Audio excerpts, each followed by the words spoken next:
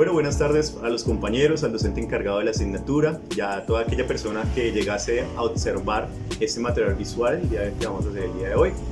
Hoy estamos con el especialista Jesús Ey Hernández Hernández, el cual nos va a hablar un poco de su vida en la educación, también nos va a tratar temas muy esporádicos sobre todo lo que tiene que ver relacionado como director de núcleo, el cual pues él ejerce ese cargo actualmente. Recordarles que somos estudiantes de la Universidad del Tolima, más aún del IDEAD, Educación a Distancia, en la licenciatura de Educación Artística, grupo número 2, y este material audiovisual va a reposar como evidencia en la plataforma Tu Aula, en la actividad número 3. Espero que estén muy bien y pues nada, especialista, bienvenido a nuestra pequeña charla del día de hoy, nuestra pequeña entrevista. Recordarles a la audiencia que él es especialista en educación, también tiene una licenciatura en educación, especialista en matemáticas y teletemática y especialista en gestión educativa. Bienvenido, profe, especialista, gracias por aceptar nuestra invitación y pues nada, vamos a tener aproximadamente 20 minutos de charla en la cual usted nos contará un poquito a qué se dedica. Bueno, muchísimas gracias, de verdad que gustosísimo Diego, Ligia y Juan David que hayan tenido a bien tener esta conversación con alguien ya curtido en la educación. Yo también fui alumno de la Universidad del Tolima, también me gradué en educación a distancia, también estudiaba los sábados y yo sí los quiero felicitar por ser estudiantes de su licenciatura en artes, ¿sí? Algo que tenemos muy olvidado en la educación y que de verdad vale la pena rescatar y poner en manos de nuestros alumnos en esa formación integral que tenemos con ellos. Estoy a su disposición con mucho gusto. Bueno, especialista, muchas gracias. Bueno, para iniciar esta pequeña entrevista, la primera pregunta nos gustaría saber por qué, profe, escogiste esta carrera. ¿Qué te nació? Cuéntanos un poquito de tu vida profesional, en qué año nació este gusto por la educación y qué has hecho, qué logros has alcanzado personales, primero que todo, sobre ello. Listo. A ver, mira, yo sí pienso que uno como educador tiene que nacer, ¿sí? Y la vida lo hace. Yo creo que yo nací para ser docente desde la edad de 7 años, cuando mi primera maestra, que se llamaba Alicia Camacho Morales, era una mujer muy hermosa y a mí me daba envidia verla escribiendo. Entonces desde ahí yo quería ser maestro.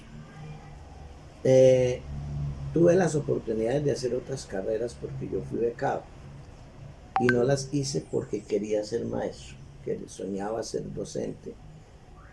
Desde mi bachillerato me preparé porque quería hacerlo y tuve las oportunidades porque terminé bachillerato y al año ya era docente en el municipio de Funday, donde trabajé 32 años. Tengo como esa dicha de haber iniciado desde allá bien abajito, desde la ruralidad, luego la zona urbana, luego pasar a cargos de dirección, haber sido tutor de la universidad y llegar al cargo que tengo. Uno se hace como maestro, se hace desde cuando comienza a educarse y más cuando llega a la universidad. Ahí de verdad que uno,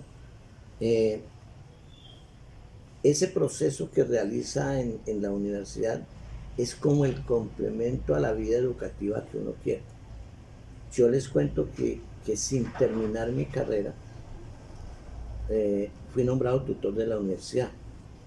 Pues porque vieron de pronto en Jesús Elí que tenía los perfiles de pronto para hacerlo y el bagaje como maestro. Llevo 43 años de trabajo. Créanme que los he vivido a satisfacción porque me gusta lo que hago. Como les digo, inicié como docente, después fui secretario de Educación del municipio de Funday, después director de núcleo y actualmente pertenezco al Grupo de Inspección y Vigilancia de la Secretaría de Educación. He recibido dos condecoraciones recientes, la más reciente fue ahorita en el mes de octubre, que condecoraron funcionarios de la Secretaría y le correspondió a Jesús Celín. Entonces, es una satisfacción para uno poder decir, me siento pleno en lo que hago, en los espacios que he logrado conquistar.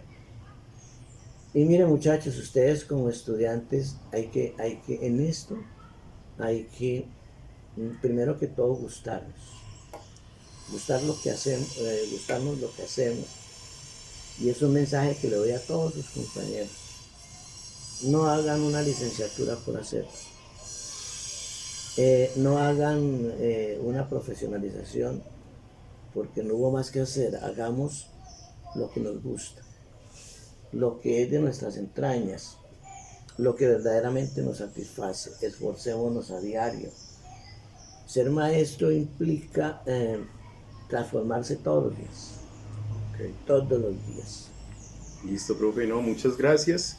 Comentando y conociendo ya un poco de su vida personal, nos dice que es director de Núcleo. Sí, ya con esta experiencia que tiene usted, docente, profe, especialista, ¿cuál cree que es lo más importante en una estructurización administrativa para una educación, para una institución educativa?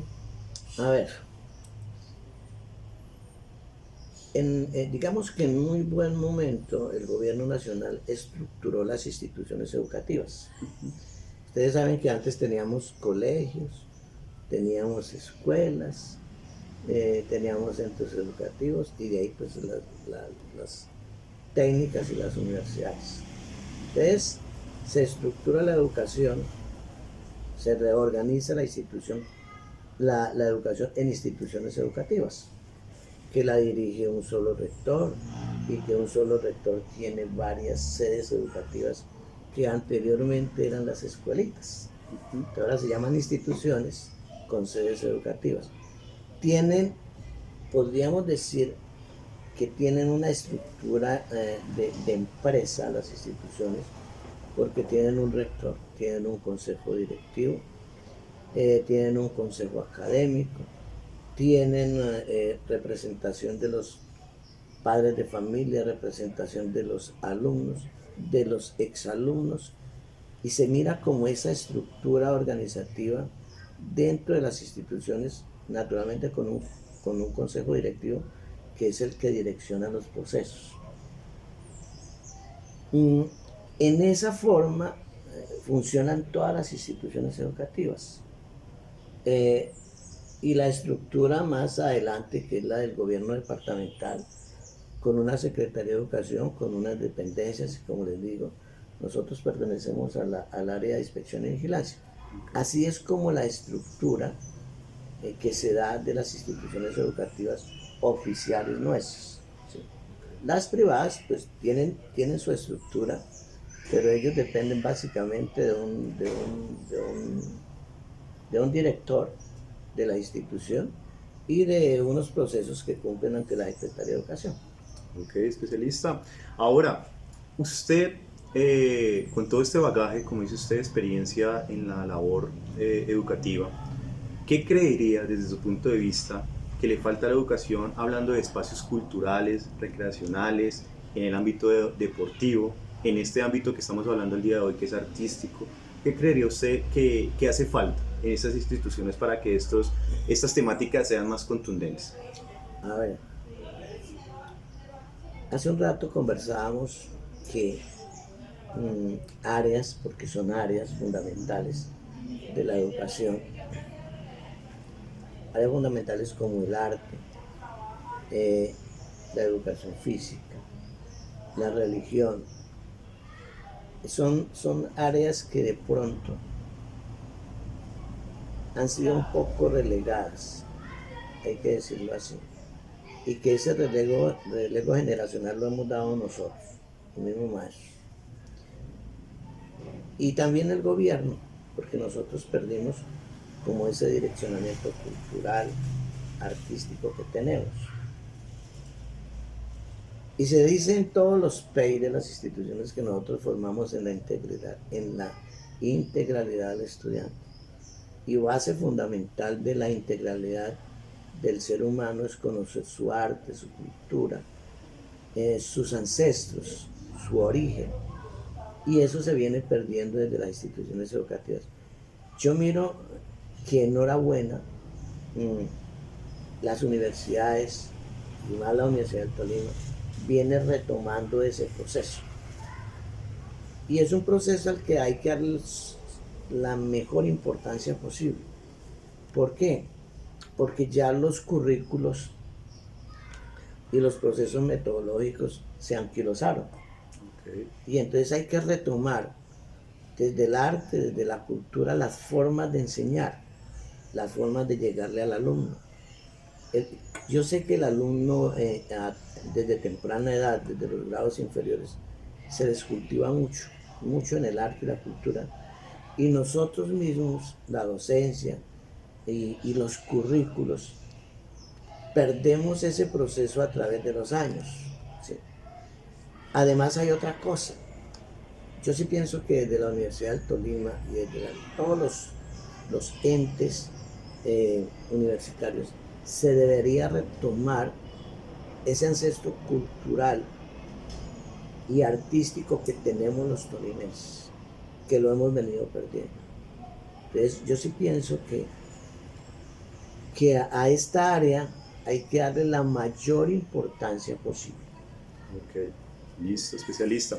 Ahora, conociendo que su merced pertenece al grupo de supervisión de la Secretaría de Cultura, en estos municipios donde usted labora o va a hacer esta supervisión, ¿qué cree que falta o qué cree que qué herramientas faltan en su plan de estudio de estas mismas instituciones educativas?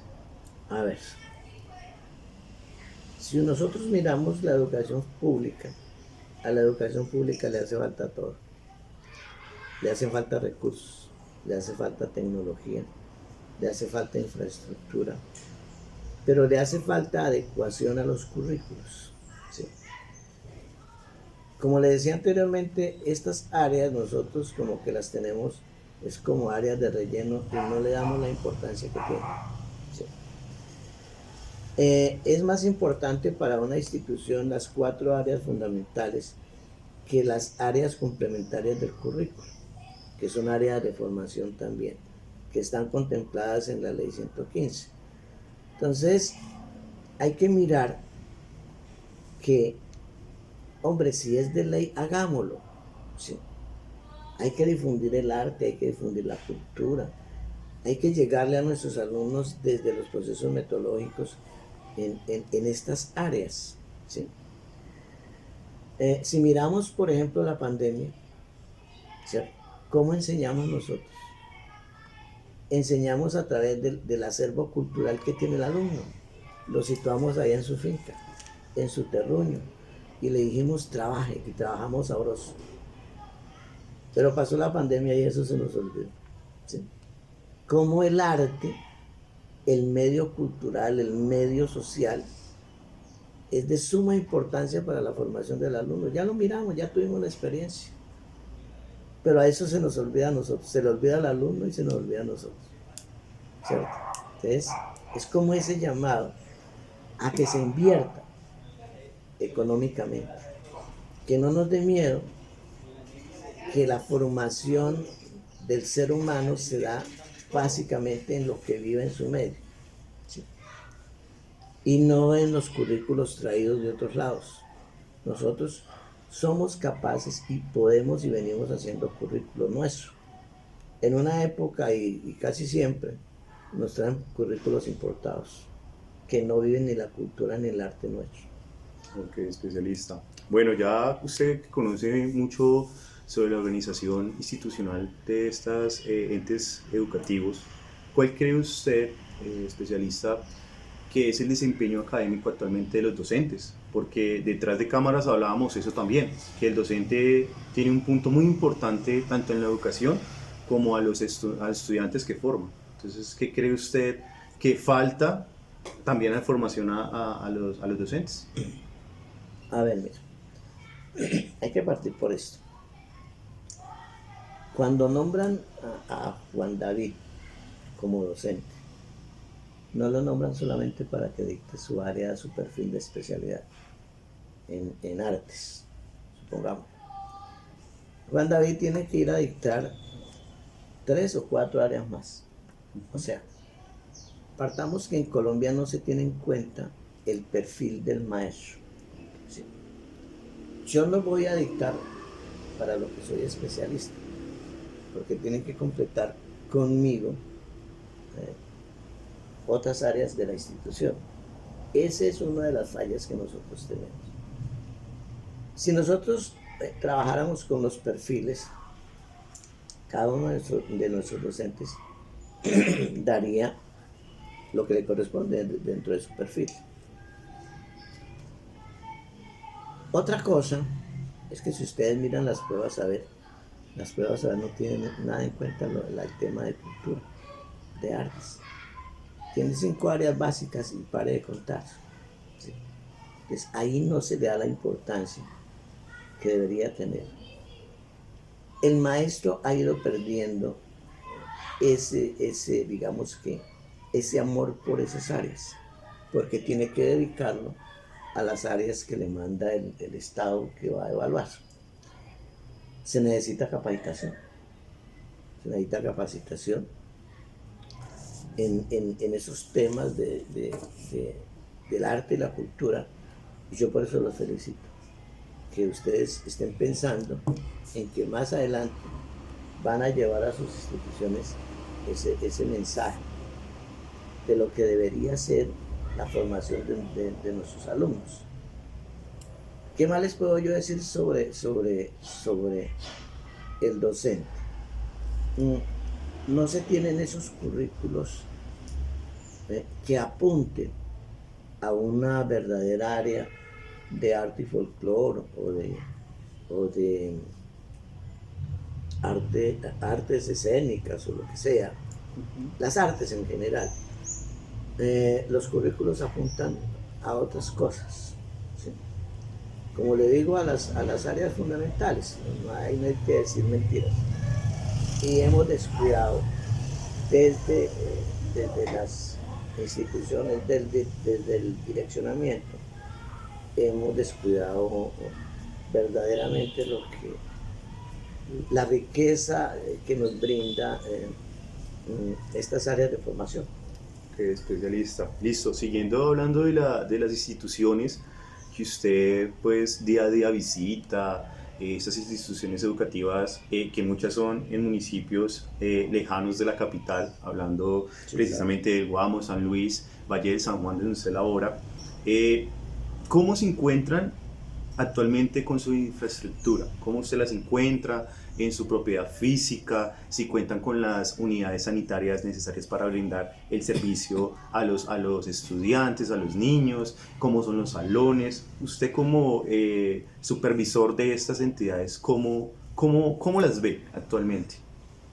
A ver, esa pregunta causa cierta ironía, ¿sí? Porque pues, la respuesta está ahí. La mayoría de instituciones públicas, hablemos del Tolima, de nuestro departamento, que es lo que conozco, carecen de todo. ¿Sí? Hay muy pocas instituciones con buenas infraestructuras, tal vez las que en última se construyeron, pero la mayoría de instituciones no tienen aulas adecuadas, no tienen las infraestructuras sanitarias que su merced dice, que de verdad cumplan el proceso de ser unidades sanitarias. No tienen las ayudas educativas. No existe el internet en la mayoría de instituciones. Carecemos casi de todo. Si su merced va al área rural, de verdad que el maestro trabaja con las uñas. Hay un programa que se llama Escuela Nueva y dice, todas las sedes rurales son de Escuela Nueva. Pero la Escuela Nueva cuando nació tenía unos ingredientes, que eran unos materiales, unos rincones de trabajo, en una biblioteca, un mobiliario, una capacitación que hoy en día no existe. ¿Sí? Entonces las instituciones tienen que permear en medio de todas esas vicisitudes, ¿sí? De no haber las comodidades para hacer nuestro proceso, porque no las hay. Hay que ser reales en ese sentido. Hay unas poquísimas instituciones que por ayuda de la empresa privada, de las buenas alcaldías, logran tener en alguna forma buenas infraestructuras, pero en el departamento no. Ok, Ser reales en eso. Muchas gracias por responder esta pregunta y como decía usted, es una pregunta que tiene su respuesta, ¿no? Sin necesidad, como se dice, de irnos hacia los campos de trabajo. Ahora bien, especialista, nos gustaría que me compartiera o que nos compartiera a nosotros, a todos nuestros compañeros, actualmente en qué municipios labora, como nos estaba indicando ahorita detrás de cámaras, en qué instituciones educativas puntual hace su supervisión, ¿qué hace en estas instituciones educativas usted como director de núcleo? Bueno, a ver, como les decía, trabajo en los municipios de San Luis, Guamo, Valle de San Juan. El municipio sede mío es San Luis. Y de ahí tenemos que irradiar a un total de 14 instituciones educativas que hay en el Guamo, entre oficiales y privadas, 4 que hay en San Luis, oficiales, y 2 oficiales del Valle de San Juan. Ahí ustedes darán la cuenta cuántas instituciones. Y sedes educativas son más de 100. ¿Sí? Creo que son 137 en total. Desde esas instituciones, nosotros irradiamos a la comunidad educativa desde el grupo de inspección y vigilancia. El nombre lo dice: inspeccionar, vigilar, asesorar y controlar la educación en el departamento. Puedo decirles que el grupo de inspección y vigilancia es un grupo muy reducido. Los supervisores y directores de núcleo desaparecieron con la ley 115 y únicamente estamos los que ya terminamos. En el Tolima actualmente existimos 9 directores de núcleo y 6 supervisores. Pero con ese grupo nos dimos a la tarea de dirigir todo el departamento. Por eso tenemos 2, 3, 4, 5 municipios. Nos hemos dado esa tarea y hemos tenido muy buenos resultados, tanto que el Ministerio de Educación Nacional, a través del Plan Operativo de Inspección y Vigilancia, nos ha calificado muy bien. Nos gusta hacer nuestra tarea. Modestia aparte, ya la experiencia la tenemos y podemos dirigir. Así lo hicimos en la pandemia y lo hemos venido haciendo a través de nuestras visitas institucionales. Nosotros hacemos procesos de visitas para diferentes aspectos en las instituciones. Desde verificar sus planes, sus proyectos, hasta aprobar programas y hasta hacerles visitas para reorganización y otorgamiento de licencias. Ok, especialista, listo. Ahorita que hablamos de San Luis, ¿cómo la comunidad educativa, en este caso los educandos, cómo esos alumnos responden a estas instituciones? ¿Usted cómo los ve actualmente? ¿Con cuántos aproximadamente se cuenta por grado o por nivel académico? ¿Cómo se maneja la escolaridad en estos municipios? A ver, si nosotros miramos escolaridad, hay que ser reales. La cobertura educativa en el departamento del Tolima cada año viene bajando y la planta de pronto sigue siendo la misma. Entonces, en ocasiones anteriores nosotros manejábamos grados de 40 alumnos, de 35. Hoy, generalmente en el área rural, se manejan grados muy inferiores, de 5, de 7, de 12, de 15 alumnos, máximo de 25. En las áreas urbanas, pues como las poblaciones tienden a emigrar a centros poblados, pues sí hay grados superiores, pero ya no tenemos, digamos, que esas afugias de faltantes de maestros, no hay que ser reales en eso. Eso en cuanto a cobertura. Ahorita, ¿cómo responde la comunidad estudiantil, o sea, el estudiante? El estudiante, hoy por hoy, visto desde la dirección del núcleo, visto desde inspección y vigilancia, es un estudiante que quiere ir a la par de los procesos tecnológicos, pero sin esforzarse. Al estudiante del día de hoy en día no le gusta leer, no le gusta hacer trabajos extensos, le gusta algo más práctico, ¿sí? Y ahí es donde está el quehacer de las instituciones, en mirarnos dentro de las metodologías de avanzar. Pues como todo, hay buenos alumnos, no muchos en el departamento. Y hay más que todo, si usted mira las estadísticas de pruebas, a ver, el departamento del Tolima está muy por debajo de otros entes regionales. Y hay que decirlo con vergüenza que somos casi de los últimos. Eso es resultado de los procesos que nosotros impartimos y de la otra orilla, que es nuestro estudiante, que es quien en últimas va y responde a pruebas a ver. Ok, especialista. Hablando de esos estudiantes en esta zona, en este municipio, ellos cuentan con programas sociales como el PEI, como, no sé, ayudas económicas del Estado o de la misma institución, llamémoslo así, algún transporte. ¿Cómo están actualmente ellos recibiendo estas ayudas del gobierno? Bueno, el PEI no es una ayuda social. El PEI es el proyecto educativo institucional que deben tener todas las instituciones. Buenos, regulares o malos, pero todas las instituciones deben tenerlos.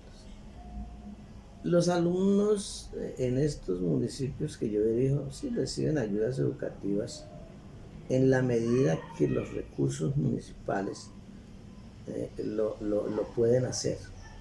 Reciben transporte escolar generalmente. Sí, transporte escolar. ¿Ellos reciben el PAE también? El PAE por el proyecto de alimentación escolar, pero no todos, usted lo sabe que no todos, porque eso vienen dados ahorita por algunos procesos. Reciben de pronto Familias en Acción, ¿sí? Y algunas entidades privadas colaboran mucho. De verdad hay que reconocer, por ejemplo, que CEMEX, la Cementera Mexicana, nos colaboran en infraestructura, nos colaboran en deporte, en arte, ellos sí nos colaboran en arte, nos colaboran en pruebas saber. Hay otra empresa que se llama Copentón, Cooperativa de Maestros, que ellos nos ayudan mucho en el tema de infraestructura. Y hay que ser reales, cualquier presupuesto en educación no cierra la brecha generacional que hay. Ni nuestro actual presidente, con todas las ganas que tiene de dirigir sus procesos o su plan de gobierno hacia la educación, es demasiado difícil ese atraso generacional que nosotros tenemos por los cursos.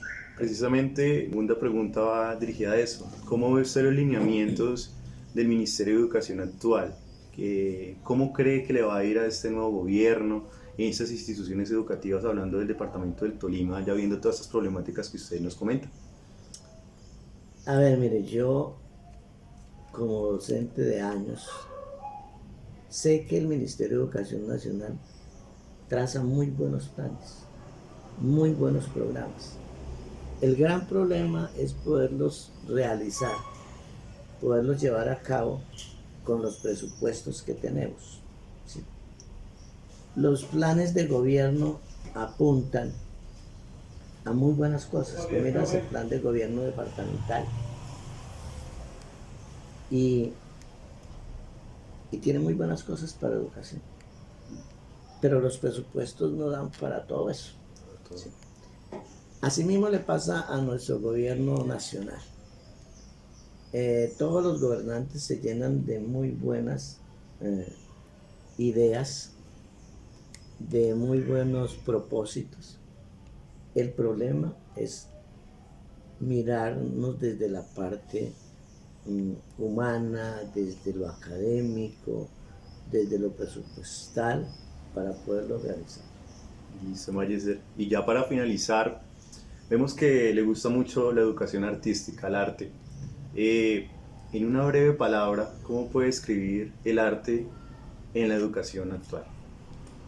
Mira, arte es idiosincrasia, arte es acervo cultural, arte es mi entorno, ¿sí?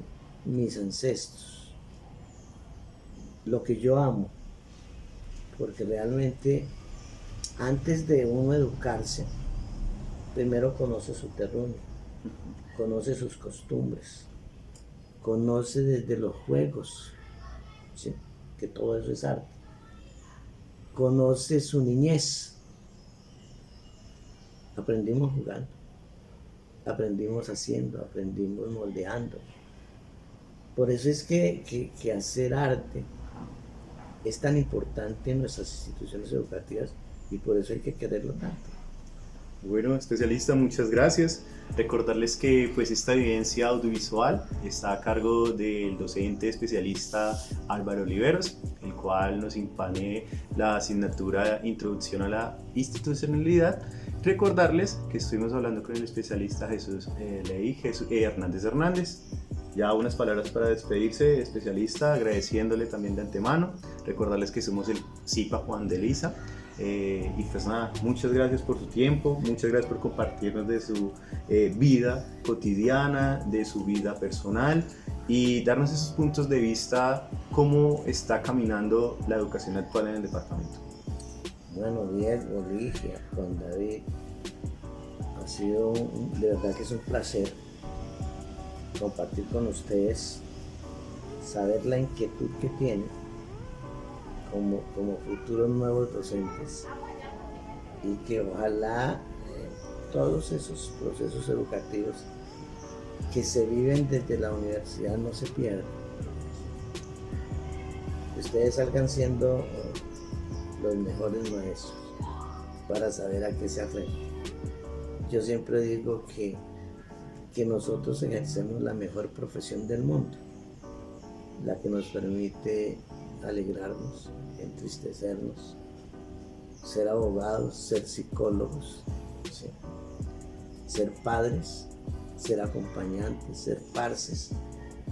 Y por eso siempre yo le digo a mis coterráneos, hombre, si queremos ser maestros, preparémonos para la vida.